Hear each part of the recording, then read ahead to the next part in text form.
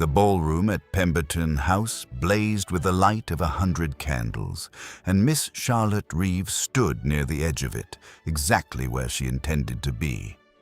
She was 24, with light brown hair pinned simply beneath a single ribbon, hazel eyes that missed very little, and a pale blue muslin gown that had been her sister's the previous season and altered carefully to fit.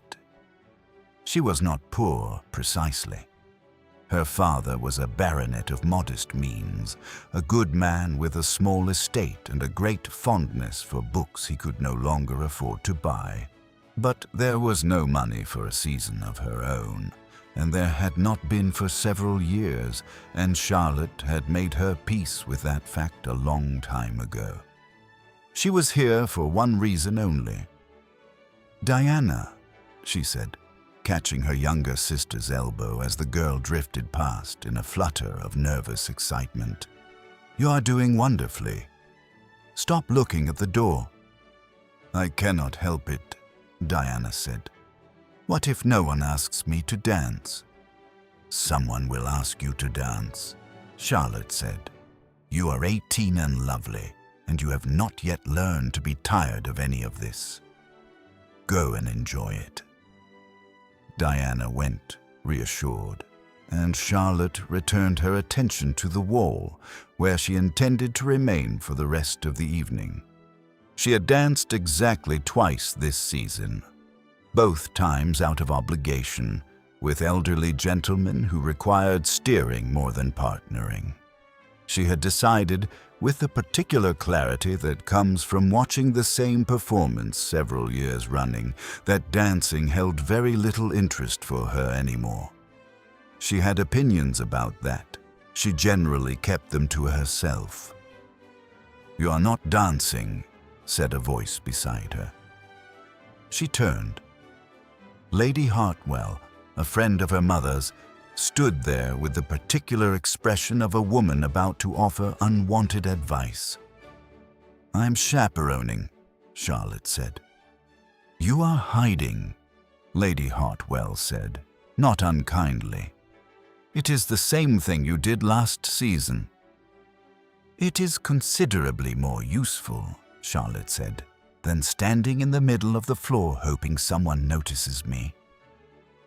Lady Hartwell laughed and patted her arm and moved on, and Charlotte watched the dancers turn beneath the chandeliers and thought, without any particular sadness, that this was simply what her life looked like now. She watched. She managed things. She made sure her sister had a future, because she had quietly decided some time ago that she would not need one of her own. "Who is that?" Charlotte asked, nodding toward the doorway. A ripple had moved through the room the moment the man entered. Heads turning, conversations pausing, several mothers visibly recalculating their evening strategy. "You do not know?" Lady Hartwell, returning at her side, looked genuinely scandalized. "That is the Duke of Stirling." "Should I know him?" "Every unmarried woman in London knows him, Charlotte. He has refused every introduction his mother has arranged for 3 years running. He has never been refused himself, not once by anyone. Women fall over themselves to dance with him." Charlotte looked at the Duke of Stirling with mild interest. He was tall, dark-haired, with grey eyes that surveyed the room with the bored efficiency of a man counting exits. He was, she thought, rather better looking than was strictly fair. "He looks exhausted," she said. "He looks magnificent," Lady Hartwell corrected.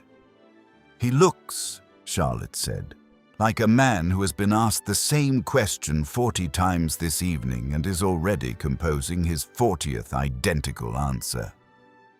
She returned her attention to Diana, who was now dancing with a perfectly nice young man named Mr. Pellington, and thought nothing further about the Duke of Stirling until, 20 minutes later, he was standing directly in front of her. "Miss Reeve," he said, She had not expected him to know her name. Your Grace. Would you do me the honor of the next dance? The orchestra was tuning for a new set. Several women nearby had gone very still, watching. Charlotte considered him for a moment. He had asked with the easy confidence of a man entirely accustomed to a particular answer. "No, thank you," she said. "I am chaperoning my sister this evening." There was a brief, profound silence. "I beg your pardon." "I'm chaperoning my sister," Charlotte repeated, "and I find I would rather watch the dancing than participate in it.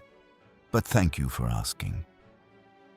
The Duke of Stirling looked at her with an expression she could not entirely read.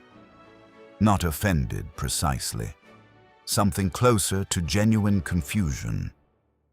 "No one has ever said that to me before," he said. "Then you have danced with a remarkably agreeable selection of women," Charlotte said. Something flickered across his face. Not quite a smile, but its very near relation.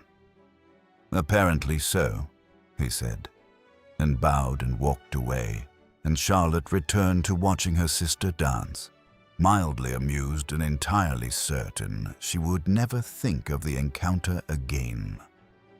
She was wrong about that. He found her again at Lady Ashworth's musical evening 4 days later. "You're not playing the pianoforte," he observed, settling into the chair beside hers with the easy assumption of someone who has never once been told a chair was occupied. "I do not play," Charlotte said. "Miss Fenwick is playing. I am listening or attempting to, Your Grace." "Nathaniel," he said. She looked at him. "I beg your pardon." "My name.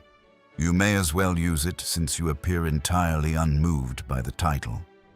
"I am not unmoved by the title," Charlotte said. "I simply do not see what it has to do with whether I wish to dance with you." "Most people find it has rather a great deal to do with it."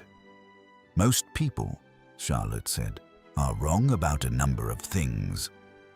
He laughed, a real laugh, short and surprised, and several heads turned toward them.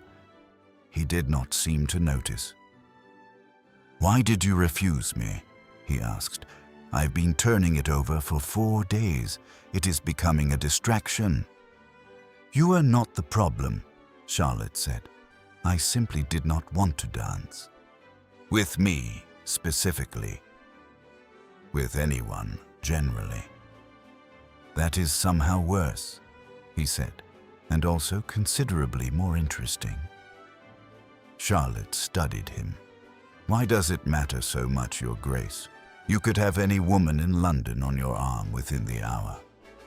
"Yes," he said, with a directness that surprised her, "and every single one of them would say yes regardless of what I actually said.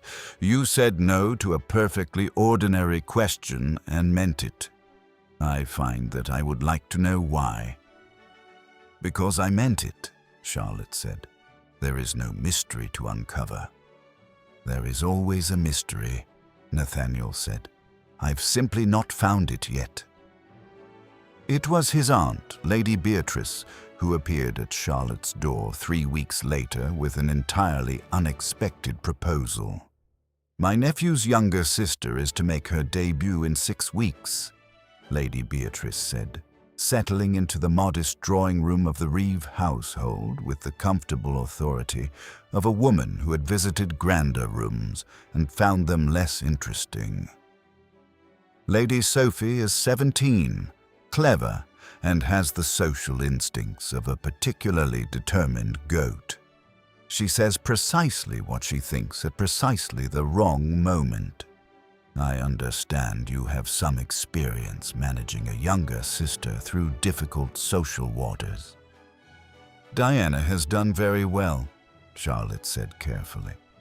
"Because you have guided her, I would like you to do the same for Sophie.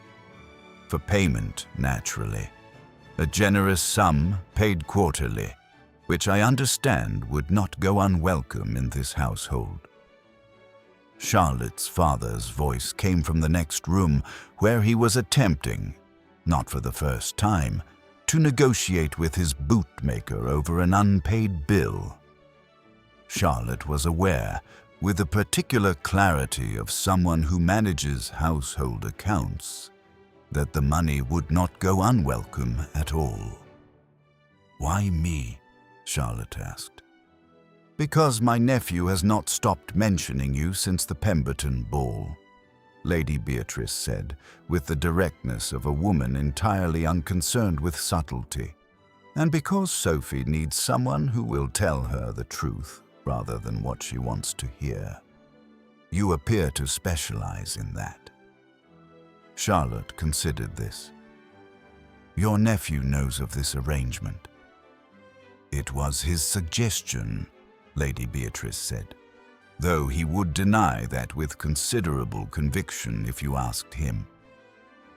Stirling House was larger than Charlotte had expected, and Lady Sophie was exactly as advertised.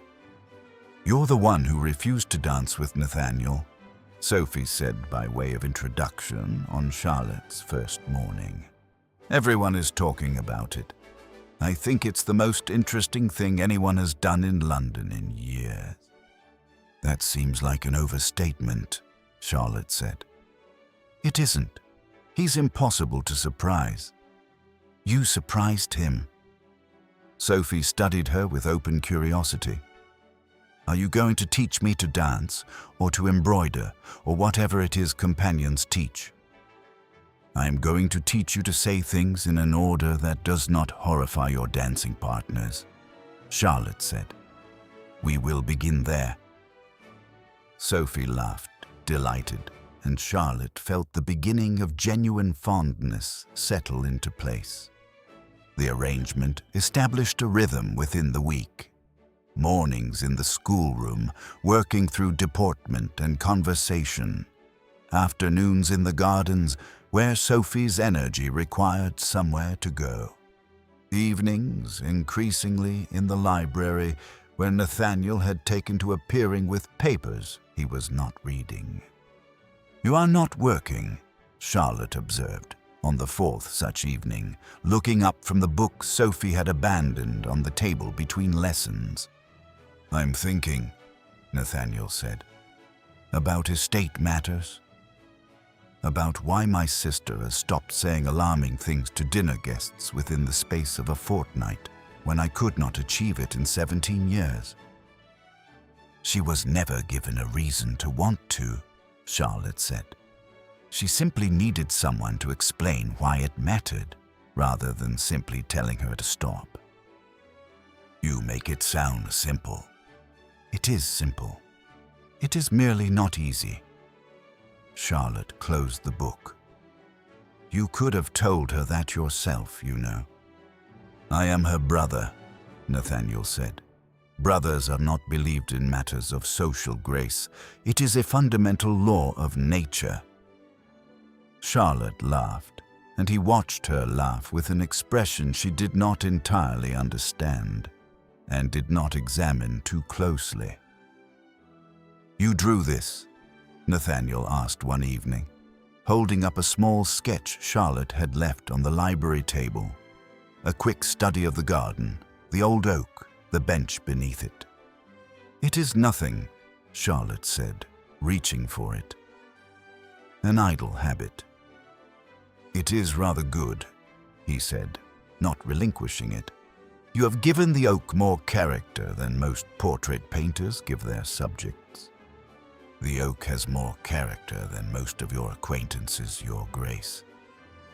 "Nathaniel," he corrected, "we have established this." "We have not established that I will use it consistently," Charlotte said, though she found increasingly that she did. He set the sketch down carefully, as though it mattered to him that it not be creased. "Why did you stop dancing?" he asked. "Truly. Not the answer you gave me at Lady Ashworth." Charlotte considered the question and found to her own surprise that she wanted to answer it honestly.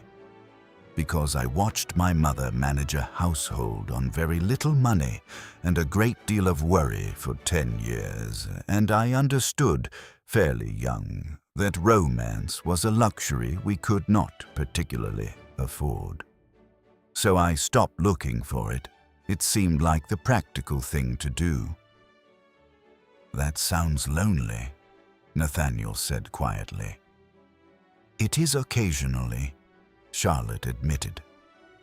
"I have made peace with it." "I do not think you have," he said. "I think you have simply stopped mentioning it." She looked at him, surprised by how precisely he had identified the thing she had not said aloud to anyone. "That is an unfair observation," she said. "It is an accurate one," he said. "I find those are often the same thing."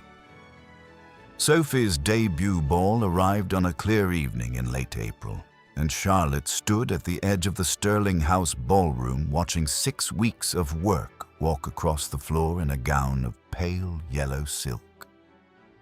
"She's going to be wonderful," Charlotte murmured. "She's going to say something inappropriate to Lord Pemberton within the hour," Nathaniel said, appearing at her elbow with 2 glasses of lemonade, one of which he handed to her without being asked. "She has been practicing her opinions on the Corn Laws all week. I do not believe she has decided to keep them to herself tonight. She has decided to express them more diplomatically," Charlotte said. "There is a difference." "Is there?" "A small one." They watched together as Sophie, mid-conversation with Lord Pemberton's son, said something that made the young man laugh rather than recoil, and Charlotte felt a small, private swell of pride. "You did that," Nathaniel said quietly, watching the same scene. "Whatever she becomes now, you are the reason she believes she is allowed to be clever and likable at the same time." "She did the work herself," Charlotte said. "I only told her the truth." "You say that as though it were a small thing," he said. "I have found, in my experience, that it is the rarest thing in any ballroom in London." He remembered, 2 dances later, that she did not care for the orgeat being served, and a fresh glass of lemonade appeared at her elbow without comment. She noticed. She did not say anything about it either, but she noticed. "You're doing it again," Sophie said the following Tuesday, looking up from her needlework with a particular bluntness Charlotte had been trying, with limited success, to soften. "Doing what?" "Pretending you do not notice that my brother watches you the way other men watch a particularly interesting horse race." "Sophie." "I am simply observing," Sophie said, entirely unrepentant. "You have taught me to say true things diplomatically. This is me being diplomatic." That was not diplomatic. "It was considerably more diplomatic than what I wanted to say," Sophie said, and returned to her needlework with the satisfied air of someone who has made her point regardless of objection. Charlotte said nothing further, though she found for the rest of the afternoon that she could not entirely dismiss the observation either. Lady Vanessa Cromwell arrived at Sterling House on a Thursday afternoon, announced and entirely uninvited, in a gown of deep rose silk that made every other woman in the room look slightly underdressed by comparison. "Nathaniel," she said, sweeping into the drawing room with the confidence of a woman who had once expected to be its mistress. "I heard you had taken on a companion for Sophie. How resourceful." "Lady Vanessa," Nathaniel said, with a coolness Charlotte had not heard him use before. "This is unexpected." "I was in the neighborhood." Vanessa's gaze found Charlotte and traveled over her with unhurried, deliberate assessment. "And you must be Miss Reeve. I've heard so much about you." "I cannot imagine what there is to hear," Charlotte said. "Oh, a great deal." Vanessa smiled, warm on the surface and considerably less warm beneath it. "That you refused Nathaniel a dance. Quite bold for a woman in your position. Most companions understand the wisdom of not drawing too much attention to themselves." She tilted her head. "Though I suppose when one has so little else to recommend her, a small scandal is rather useful."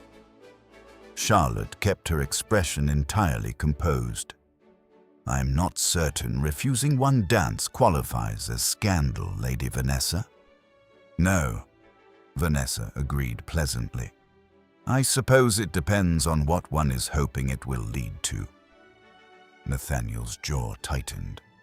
"Vanessa—" "I only mean to be helpful," Vanessa said, all wide-eyed innocence. "It would be a shame for Miss Reeve to misunderstand her position here. Companions do sometimes. It rarely ends well for them." She stayed only 20 minutes more, every word warm and every word designed to land precisely where it would hurt. And when she left, Nathaniel crossed the room directly to Charlotte. "I apologize for that," he said. "You need not apologize for her behavior." "I would like to anyway." His gray eyes were serious. "She was engaged to my brother before he died. She has decided since that she is entitled to certain things from this family. She's wrong." "She was not entirely wrong," Charlotte said quietly. "About my position here." "She was entirely wrong," Nathaniel said, "about what your position means." Charlotte did not ask him what he meant by that. She was not yet ready to hear the answer. Lady Vanessa found another opportunity at the opera the following week, settling into the seat beside Charlotte during the interval as though she had been invited. "Still here, Miss Reeve," she said pleasantly. "How devoted of you." "Sophie's lessons are not yet complete," Charlotte said. "Of course." Vanessa's smile did not waver. "Though I notice the Duke attends rather more of these evenings than he once did. He used to find the opera unbearably tedious. He told me so himself more than once when we were close." She paused precisely. "I do wonder what has changed his opinion. Perhaps he has simply developed better taste in company," Charlotte said. "Perhaps." Vanessa's eyes were bright and unkind beneath the warmth. "Or perhaps he is amusing himself for a season before returning to sense. Men of his position generally do in the end. I should know. I waited rather a long time to learn it." Across the box, Nathaniel returned from speaking with an acquaintance, and his gaze went immediately to Charlotte before it registered Vanessa's presence at all. Something in his expression shifted, cool and deliberate, and he crossed the box to stand beside Charlotte's chair rather than take his own seat. "Vanessa," he said, "I did not realize you required an escort to find your own box."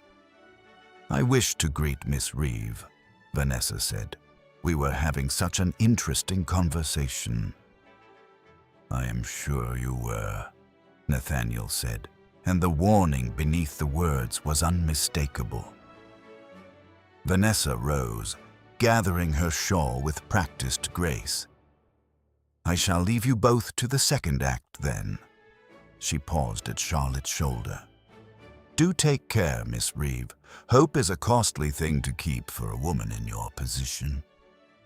She departed before either of them could answer, and Nathaniel sat down in the chair she'd vacated, closer to Charlotte than the seating strictly required.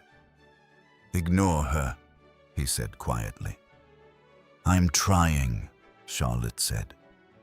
"Try harder," he said, and something in the dryness of it made her laugh despite herself, and the tightness in her chest eased just slightly for the remainder of the evening. She found him in the library 2 nights later than was sensible, a single candle burning low on the desk. "You should be asleep," she said. "So should you," he said, but he gestured to the chair across from him and she sat. "I've been thinking about what Vanessa said," Charlotte admitted. "About my position here. I do not regret accepting it. The money has mattered enormously to my family, but I find I do not wish to be only that. A useful arrangement, a line in your household accounts." "You are not that," Nathaniel said immediately. "Are you certain?" "Charlotte." It was the first time he had used her given name, and something in her chest moved at the sound of it. "I did not ask my aunt to find a companion for Sophie because Sophie needed managing, though she did. I asked because I had not stopped thinking about a woman who told me no in a ballroom and meant it, and I did not know how else to keep her near me without admitting why." The candle flickered between them. "That is not a confession," Charlotte said carefully. "Of anything in particular." "No," he agreed. "Let me be more particular then." He leaned forward. "I love the way you tell my sister the truth instead of what is easy. I love that you drew an oak tree with more dignity than I've ever managed in a single speech to Parliament. I love that you refused me because you meant it, and that you have never once pretended to be impressed by anything I have, only by things I have done. I have been lonely for a very long time, Charlotte, in a house full of people who agree with everything I say. You are the first person who has not." Charlotte's eyes were bright. "I have very little to offer you. No fortune, no particular standing." "I am not asking what you can offer me," Nathaniel said. "I am telling you what I have found, entirely by accident, that I cannot do without." "You could have anyone," she said, echoing words from weeks before. "I do not want anyone," he said. "I've spent 3 years refusing every woman my mother arranged for precisely this reason, though I did not understand it until you stood in a ballroom and told me no. I want you, specifically, as you are." Charlotte was quiet for a long moment. "I think," she said finally, "that I have been waiting a very long time for someone to mean it when they said that." "I mean it," Nathaniel said. "Then yes," she said. "I am saying yes, Nathaniel. To this, to you." He crossed the small distance between them and kissed her gently, carefully, as though she were something he had been given permission to want and intended never to take for granted. And outside the library window, the London night settled quietly around Stirling House. They married in late spring, at a small ceremony Sophie declared was the only sensible wedding she had ever attended, mostly because no one made her say anything she did not mean. Lady Vanessa Cromwell sent a card of polite congratulation and was not seen at any Stirling family event for the remainder of the year.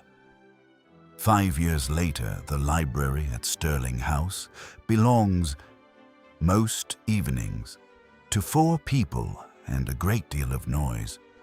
Sophie, 22 now and engaged to a thoroughly sensible young barrister of her own choosing, still appears most evenings to argue happily with her brother about nothing in particular. She had, in the end, made her own match entirely on her own terms, a fact she reminded the household of often, and with considerable satisfaction. You should thank me, Sophie says, settling into her usual chair with a cup of tea she has not asked permission to take. If Charlotte had not taught me to say true things diplomatically, I should never have told Mr. Pratt exactly what I thought of his terrible poetry, and he should never have fallen in love with me for it. I am aware of the debt, Nathaniel says. You remind me of it weekly. Charlotte and Nathaniel's daughter, 4-year-old Anne, has claimed the window seat as her personal territory and is narrating a story to no one in particular with tremendous confidence. That is not how the story goes, Nathaniel says, looking up from his desk. It is how I am telling it, Anne says, with an authority that makes Charlotte laugh into her teacup. She gets that from you, Nathaniel says. She gets that from both of us, Charlotte says. You have simply never noticed the resemblance because you are looking in a mirror. He crosses the room and sits beside her, taking her hand the way he has every evening for 5 years, and looks at his daughter telling her impossible story with complete conviction, and at his sister laughing, and at his wife beside him. Do you remember, he says, that I once told you there was always a mystery and that I simply had not found it yet? I remember, Charlotte says. I found it, he says. It turned out to be you, refusing to dance with me. I refuse most things sensibly, Charlotte says. You refused sensibly, he agrees. And then you stayed, entirely without sense, and built the best years of my life. Lady Vanessa would say I got remarkably lucky, Charlotte says. Lady Vanessa, Nathaniel says, married a viscount in Bath last spring and has not been mentioned in this house since, and I find I have not missed the topic. Charlotte leans her head against his shoulder, and Anne continues her story, getting it more wrong with every sentence, and Sophie laughs at something only she finds funny, and no one in the room minds any of it at all. The end. Dear listener, perhaps you know what it is to have stopped expecting things for yourself, to have made a quiet, practical decision somewhere along the way, that romance, or attention, or being chosen simply was not going to be part of your particular story. To have busied yourself instead with managing things, caring for others, making sure everyone around you had what they needed, while telling yourself you required very little in return. Charlotte did not refuse that dance because she was playing hard to get. She refused it because she had genuinely stopped looking, and it was precisely that, her honesty, her refusal to perform interest she did not feel, that made someone finally see her clearly. So many of us have learned to want less, to expect less, to assume that being useful is the same as being loved, that if no one has chosen us yet, perhaps no one will. We tell ourselves we have made peace with it. Sometimes we even believe it. But peace and resignation are not the same thing, dear friend, and it is never too late to discover the difference. You do not need to chase anything. You do not need to perform a version of yourself you think will be more easily loved. The right person, when they arrive, will want exactly the honest, particular, unrepeatable person you already are. The one who tells the truth even when it is inconvenient, who has quietly carried more than anyone realized, who stopped expecting magic and kept going anyway.